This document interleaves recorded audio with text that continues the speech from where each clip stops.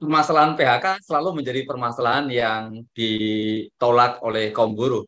Masalah PHK selalu menjadi sebuah permasalahan yang selalu ditentang oleh kaum buruh.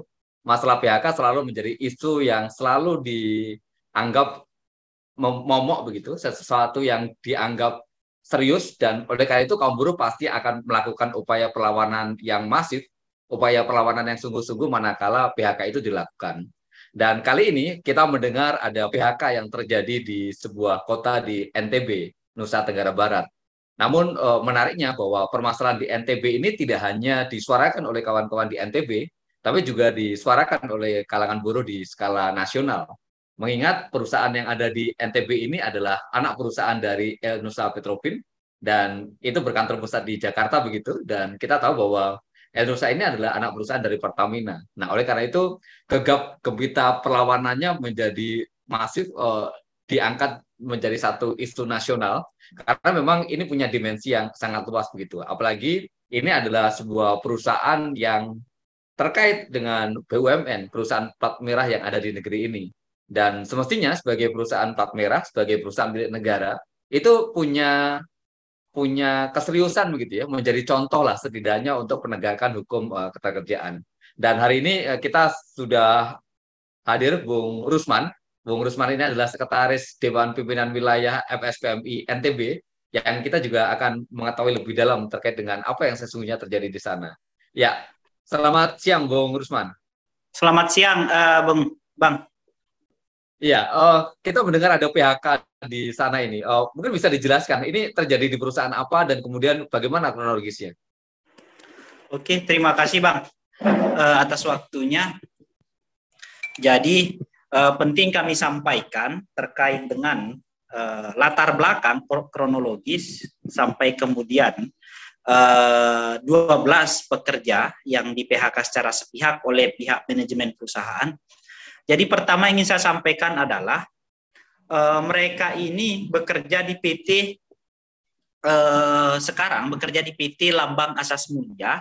PT Lambang Asas Mulia ini adalah anak perusahaan dari PT El Nusa Petropin. PT El Nusa Petropin ini adalah anak perusahaan daripada Pertamina.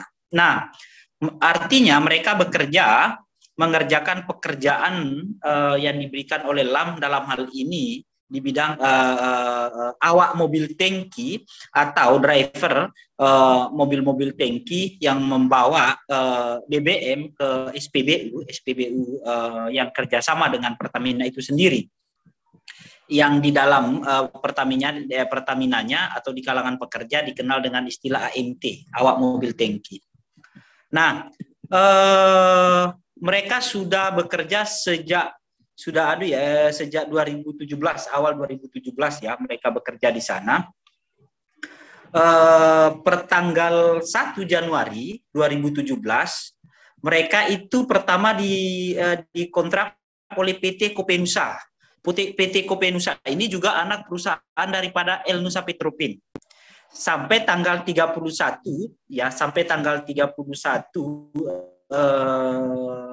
Desember 2017.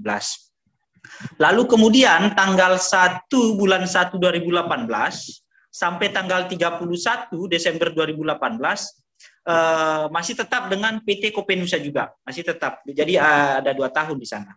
Nah, yang menarik Bang, setelah 2018 lanjut ke tanggal 1 bulan Januari 2019, mereka dikontrak atau dilempar ke PT Lambang Asas Mulia 2019.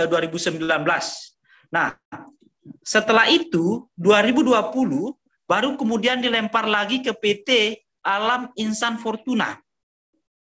Jadi ini kayak bola pingpong Bang, dipindah-pindah mereka ini. Baru 2021 dikembalikan lagi ke PT Lambang Asas Mulia. Ini penting dulu kita sampaikan bahwa mereka selama 2017 sampai 2021 dikontrak oleh 3 perusahaan, yang dimana ketiga perusahaan ini sama-sama anak perusahaan daripada PT El Nusa Petropin. Nah, itu yang pertama. Yang kedua, manajemen daripada 3 perusahaan ini, baik PT Kopenusa, PT Lambang Asas Mulia, maupun PT Alam Insan Fortuna, manajemennya sama, orangnya sama. Juga yang mengelola ketiga perusahaan ini adalah orang yang berada di PT El Nusa Petropin juga. Jadi semacam dua orang yang diberikan beban tanggung jawab kepada beberapa perusahaan yang di mana anak perusahaan PT El Nusa Petropin tadi itu. Itu yang ingin saya sampaikan dulu, Bang. Nah, jadi ini perusahaan ini sebenarnya dibentuk oleh oknum begitu ya, yang memang bekerja di El Nusa begitu. Bisa jadi demikian, Bang. Bisa jadi demikian. Karena tidak ada wujudnya, hanya ada nama perusahaan, tapi kantornya tidak ada, orangnya kita juga kaget lah. Orang Nusa kok juga orang PT LAM. Ini kan bisa jadi hanya perusahaan bayangan, jadinya hanya perusahaan bayangan. Tapi bisa itu manajemennya sama di tiga perusahaan itu, manajemennya sama atau memang dia terpisah sama, begitu? Bang. Sama semua, sama manajemennya sama semua. Oke.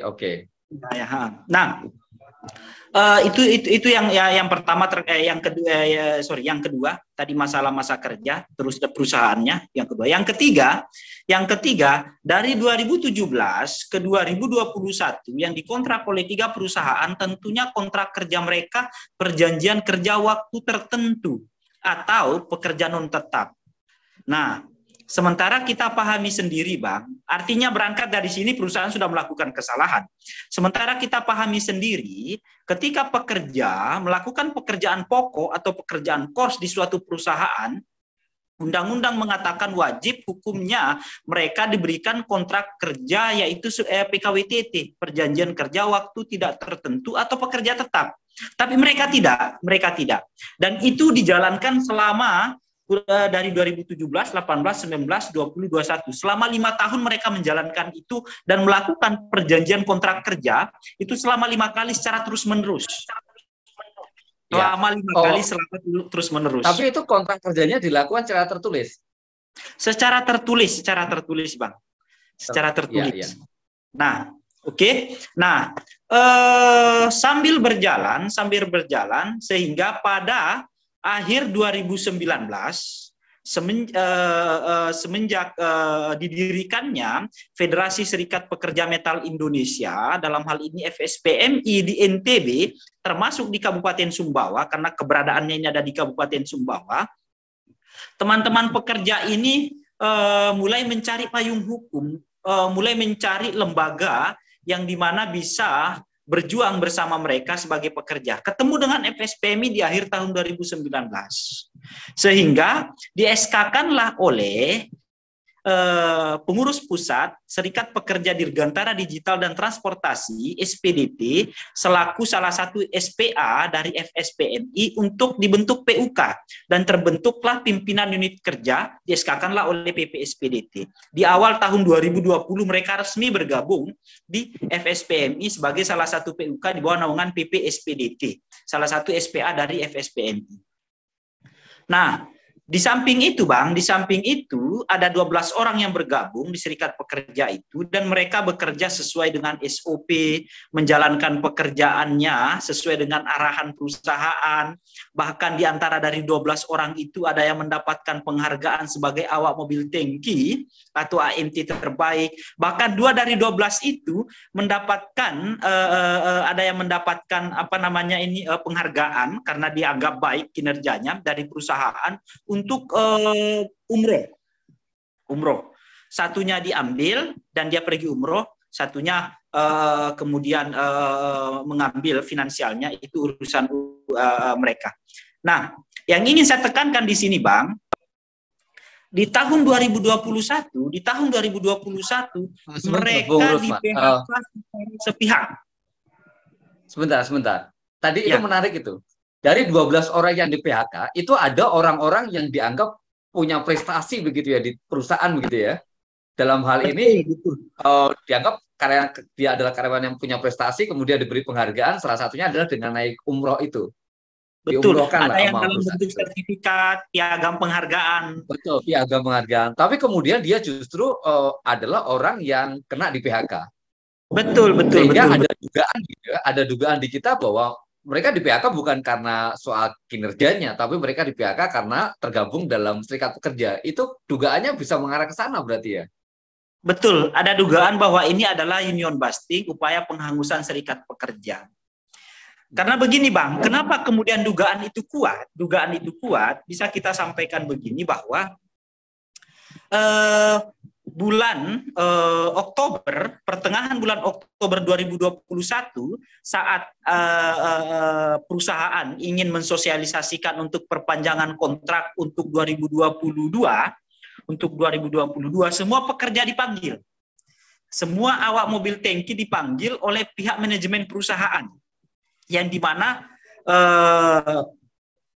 manajemen perusahaan itu adalah dari PT El Nusa Petropin, juga orang yang ada di PT Lambang Asas Mulia. Dipanggil.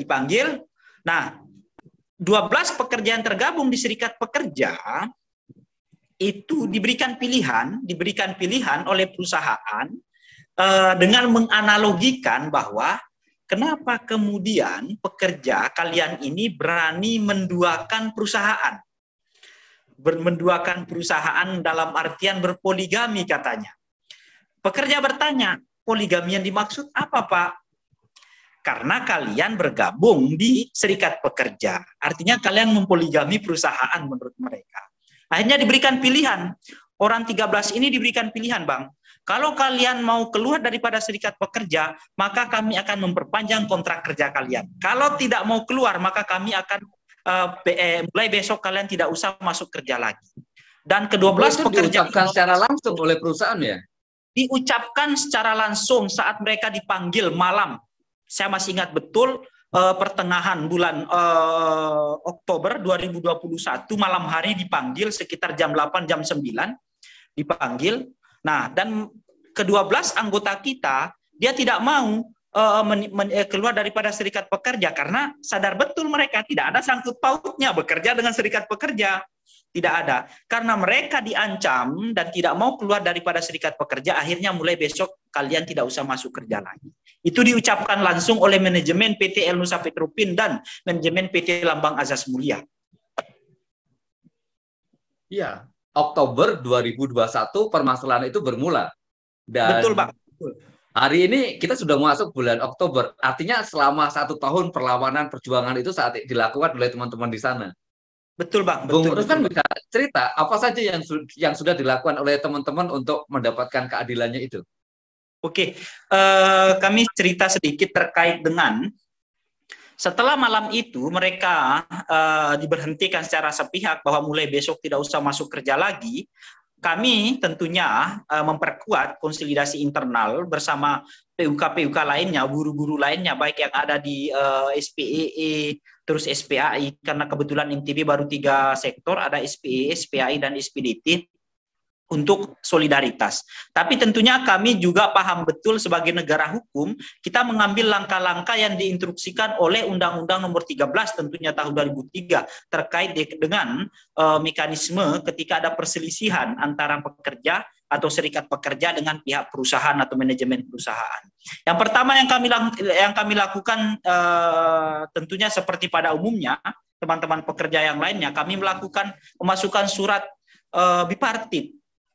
Kami memimpin, mendampingi teman-teman melakukan bipartit dengan manajemen perusahaan. Nah, dalam proses bipartit itu, kami masih ingat persis, ada kronologis kemudian yang kami catatkan di sini. Dalam proses bipartit itu kemudian yang dihadiri oleh kami dari DPW FSPMI NTB, terus ada juga dari PUK, pimpinan unit kerja PT Lambang Asas Mulia SPDT, terus konsulat cabang juga, konsulat cabang FSPMI Kabupaten Sumbawa, dan dengan pengurus pusat daripada PT Lambang Asas Mulia yang ada di Jakarta turun juga ke Sumbawa dengan PT El Nusa Petropin. Kita bertemulah, kita melakukan komunikasi, kita sampaikan baik data kerja maupun prestasi dan alasan perusahaan, kita minta klarifikasi kenapa mem-PHK, dan ternyata perusahaan tidak punya alasan untuk mem-PHK.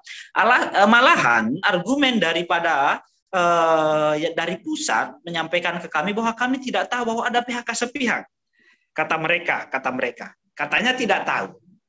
Walaupun agak lucu Bang, ya agak lucu.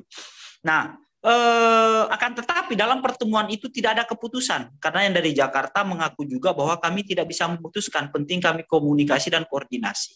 Akhirnya pertemuan itu kemudian selesai dengan menunggu pertemuan selanjutnya atau menunggu kabar selanjutnya dari pihak Jakarta. Nah, akan tetapi setelah pertemuan itu dilanjutlah lagi pertemuan, karena mereka tetap setelah menghubungi kami bahwa tetap ingin tidak mengembalikan teman-teman ini bekerja via chat. Akhirnya kami memasukkan surat hearing ke DPRD Kabupaten Sumbawa. Kita memasukkan kita hearing dengan DPRD Kabupaten Sumbawa dengan membawa bukti semua. Yang menarik di sini, Bang, ada pekerja, selain 12 pekerja itu yang murni jelas melakukan kesalahan. Kita bukan kemudian mencari kesalahan pekerja lain, tidak. Tapi penting dipertimbangkan sebagai referensi. Dengan membuat surat pernyataan bahwa dia melakukan kesalahan. Buktinya ada bahwa selain daripada 12 itu melakukan kesalahan. Tapi bagaimana mungkin selain 12 ini malahan yang diterima termasuk yang melakukan kesalahan, yang 12 ini yang punya kinerja yang baik secara data, kan ada data di dalam perusahaan kita juga ambil, kinerjanya baik semua, tercapai semua, target segala macam, bahkan mendapatkan penghargaan. Ini kemudian yang di PHK secara sepihak. Nah, itu kita sampaikan semua datanya, buktinya ke pihak DPRD, dan pihak DPRD Kabupaten Sumbawa bersama Dinas Ketenagakerjaan Kabupaten Sumbawa dan Balai Pengawas Ketenagakerjaan Pulau Sumbawa bersama Komisi 4 DPRD Kabupaten Sumbawa dan bidang hukum Biro Hukum daripada pemerintah daerah Kabupaten Sumbawa bersepakat dengan kami untuk meminta dipekerjakan kembali 12 orang ini. Karena tidak ada alasan yang kuat dan tidak bisa dibuktikan oleh pihak perusahaan bahwa mereka ini memenuhi unsur untuk dapat di PHK langsung. Yang menjadi permasalahan di sini adalah pihak perusahaan tetap bersikukuh ingin mem-PHK mereka. Akhirnya kami melakukanlah aksi di daerah, awalnya di PT di depan FT Full Terminal Badas Pertamina di Sumbawa ini. Kita melakukan aksi, melakukan lobby. Tapi mereka tetap bersikukuh ingin mem-PHK, dan pada akhirnya kasus ini diambil alih oleh pengurus pusat SPDT untuk kemudian dikomunikasikan, dan akhirnya terjadilah komunikasi. Nah, menariknya di sini, Bang, dalam proses komunikasi itu alasan daripada PT LAM bahwa untuk di Badas itu sudah full. Sudah tidak bisa menerima katanya pekerja baru. Logika ini disampaikan ke kita. Yang menjadi menarik di sini tidak bisa menarik. Kami ini tidak melamar. Ini yang harus dicatat, di garis bawahi. Kami tidak melamar. Kami ini adalah pekerja di situ. Yang kalian PHK secara sepihak. Bahasa tidak bisa tidak ada lowongan, tidak ada. Ini kan tidak pas kalau kita kemudian narasikan terkait dengan hal itu tadi itu. Yang pertama. Tapi ternyata selama mereka bekerja, PT LAM ini selalu menerima pekerja baru di Badas, menerima sampai kemudian sambil beralasan demikian, tapi tetap ada pekerja baru yang masuk. Artinya kan bertolak belakang. Jadi memang sesuatu yang ini ya, apa yang disampaikan dan kemudian apa yang menjadi faktanya itu bertolak belakang dengan itu. Dan kasus ini sudah bukan diambil alih ya, kawan kan juga sudah melakukan aksi demonstrasi ke kantor pusat El-Nusa untuk kemudian bisa menekan begitu ya di kantor pusatnya untuk mempekerjakan kembali mereka yang saat ini ter-PHK. Dan tentu saja kita juga berharap apa yang dilakukan oleh teman-teman ini akan membuahkan hasil, keadilan bisa didapatkan dan kemudian bisa dipekerjakan kembali begitu. Bung Rusman, harapannya apa ini? Mungkin ini sebagai closing statement dan kemudian pernyataan akhir, barangkali bisa menyampaikan apa yang menjadi harapan kawan-kawan di sana. Ini teman-teman yang masih tersisa, karena kan dari 12 orang, tersisa 6 orang yang masih bertahan untuk tetap menginginkan bisa bekerja kembali. Apa pesan yang dipesankan oleh teman-teman di sana itu, Bung Rusman? Oke, Bang. Jadi begini, sebelum saya ingin menyampaikan terkait dengan closing statement-nya, Bang, ada satu hal yang penting saya sampaikan, mudah-mudahan ini menjadi pertimbangan tersendiri dan menjadi informasi terkait dengan situasi tindakan dan perilaku BUMN kita, bahwa yang menjadi tidak menyenangkan di sini adalah perilaku daripada PT El Nusa Petropin dan PT Lambang Asas Mulia selama kasus ini. Mereka menggunakan, mohon maaf, penting kami sampaikan, menggunakan orang-orang di luar daripada perusahaan untuk salah satunya mengintimidasi daripada 12 pekerja yang di PHK secara sepihak, sampai melibatkan organisasi kedaerahan. Kita dibenturkan dengan sesama daerah kita dibenturkan dengan keluarga kita di sini. Ada dikirim dari sana, bahkan ada yang mengaku sebagai Kopassus segala macam, ingin menangani apa segala macam.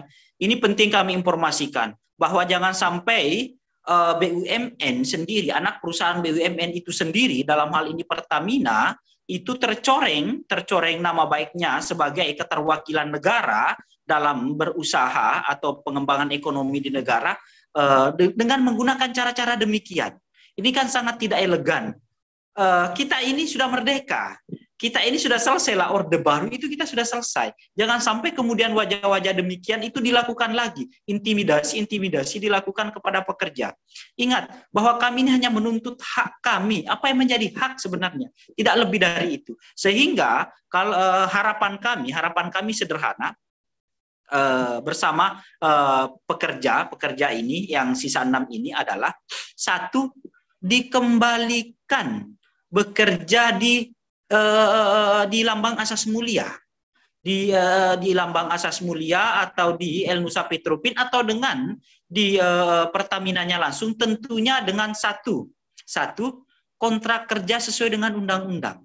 Ketika mengerjakan pekerjaan pokok, maka berikan kontrak kerja PKWTT. Itu satu, Bang. Yang kedua, selama kasus ini berperkara sejak bulan Oktober 2021 sampai hari ini, dibayarkan sisa upahnya. Ini pun amanat daripada undang-undang selama belum ada putusan ikra dari pengadilan. Yang ketiga adalah jangan sampai terjadi upaya-upaya union busting atau upaya-upaya penghangusan serikat pekerja. Sesederhana ini kemudian yang kami perjuangkan sebagai hak daripada anggota kami atau 6 daripada pekerja yang di PHK secara sepihak. Kurang lebih demikian, Bang. Ya, terima kasih Bung Rusman. Dan tentu saja kita mengecam keras ketika perusahaan atau siapapun begitu ya melakukan cara-cara intimidatif terhadap mereka yang sedang berjuang. Dan saya kira tadi juga perlu digarisbawahi bahwa soal pemutusan hubungan kerja itu bukan soal suka atau tidak suka. Ini adalah soal ketentuan hukum, bahkan soal konstitusi begitu ya. Negara ini kan dalam konstitusinya mengatakan bahwa mendapatkan pekerjaan itu adalah hak setiap warga negara. Oleh karena itu negara harus memastikan tidak boleh ada siapapun dia yang kemudian secara paksa gitu membuat orang kehilangan pekerjaannya. Dan yang terakhir, semoga apa yang diperjuangkan oleh kawan-kawan di Sumbawa, NTB ini bisa mendapatkan kemenangan. Dan tentu saja ini bukan hanya permasalahan kawan-kawan di LAM, bukan hanya permasalahan kawan-kawan di NTB, ini adalah permasalahan kelas pekerja dimanapun mereka berada. Karena PHK adalah bagian yang akan selalu disuarakan. PHK adalah sesuatu yang akan selalu ditolak keras oleh kalangan pekerja. Karena ini titik akhir begitu. Dan sebenarnya permasalahan ini tidak hanya terjadi di Sumbawa, ada kawan-kawan kita di Jakarta juga mengalami PHK, teman-teman kita di Subang juga mengalami PHK, kawan-kawan kita di Serang mengalami PHK, ada di banyak tempat PHK itu dilakukan. Tapi setidaknya dengan beragam cara atau dengan banyaknya PHK yang terjadi itu semakin mengukuhkan bahwa solidaritas itu menjadi penting. Saya kira itu, dan terima kasih Bung Rusman atas waktunya. Mudah-mudahan ini menjadi inspirasi, menjadi menggugah semua orang untuk ikut bersuara terkait dengan permasalahan yang ada di Sumbawa. Siap, Bang.